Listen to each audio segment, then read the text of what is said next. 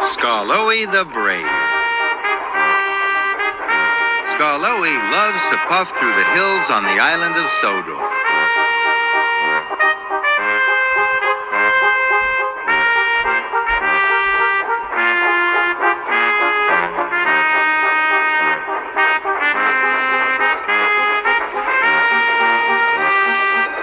His favorite place is a pretty village high up in the mountains.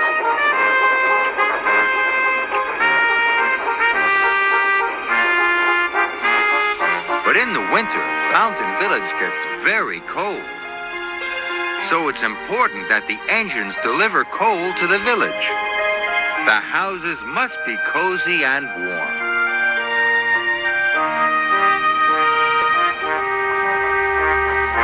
One morning, Rheneas was delivering his empty freight cars to the incline.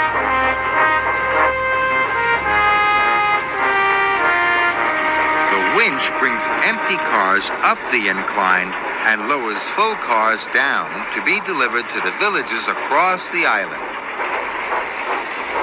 Rheneas was frightened of the incline. It was very high. So Rheneas shunted his cars into place, and then he backed away quickly. You are such a scaredy engine, laughed Skarloey. I'm not scared of anything. Skarloey thought he was the bravest engine in the world. But then, the winch's coupling broke. Oh no! Skarloey steamed away as fast as he could.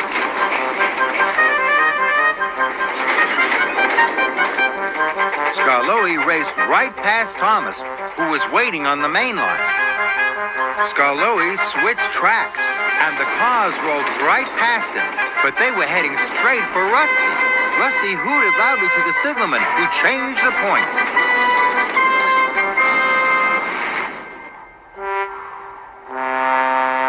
Soon the narrow gauge controller, Mr. Percival, arrived. "Well done, Rusty," Mr. Percival said. "You are a really brave engine." "Thank you, sir," said Rusty proudly. But Skarloey wasn't happy. I want to be the bravest, huffed Skarloey. I want to show everyone that I'm the bravest engine of all.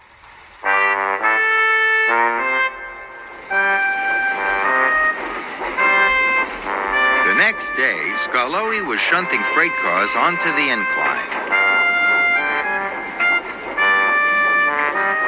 How can I prove I'm the bravest? He puffed to himself. Suddenly, Skarloey had an idea.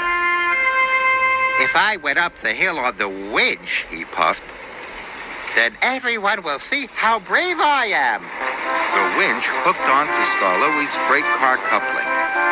Skarloey was still coupled up, but he didn't tell the workmen. Slowly, Skarloey was pulled up the hill. When Rheneas and Duncan arrived at the bottom of the incline, they gasped. Look where Skarloey is, puffed Rheneas. That is the bravest thing to do, chuffed Duncan. Duncan cheered and Rheneas blew his whistle. Skarloey felt prouder than ever. Look at me! Look at me! He puffed. At last, Skarloey reached the top of the incline. I'm the bravest engine in all the world, he called. But Skarloey was too heavy, and the winch broke. Whee! Puffed Skarloey as he raced down the hill. But when he got to the bottom, he couldn't stop. Skarloey raced all the way to the transfer yards. He raced past a very surprised Thomas and straight into the snowbank. Mr. Percival was very cross. "Skarloey, you have broken the winch," he said. "The mountain village will get no coal today, and it's very cold."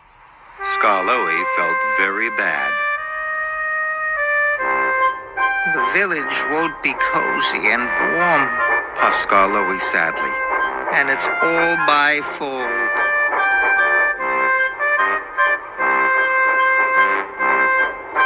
Suddenly, Skarloey had an idea. there's only one thing to do, he puffed. I will have to collect the coal myself.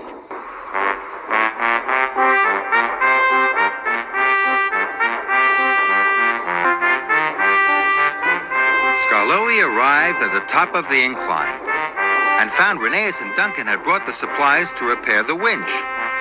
Are you going to take the freight cars down the incline without the winch? Asked Duncan excitedly. That would be really brave, Chuffed Rheneas. Skarloey wanted to show Rheneas and Duncan how brave he was, but then he thought of the mountain village. No, said Skarloey firmly. I'm going to take the coal to the village.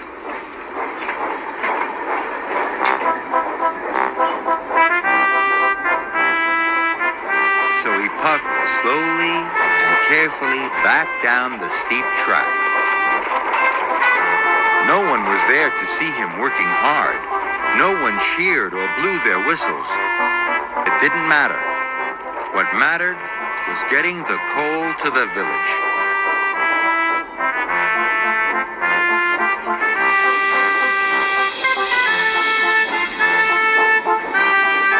It was late when Skarloey arrived at the village station. The villagers were very pleased to see Skarloey, and they were pleased to have coal to make their homes cozy and warm.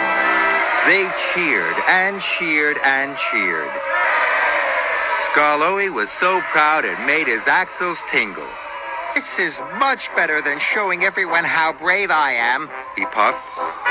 And it certainly was.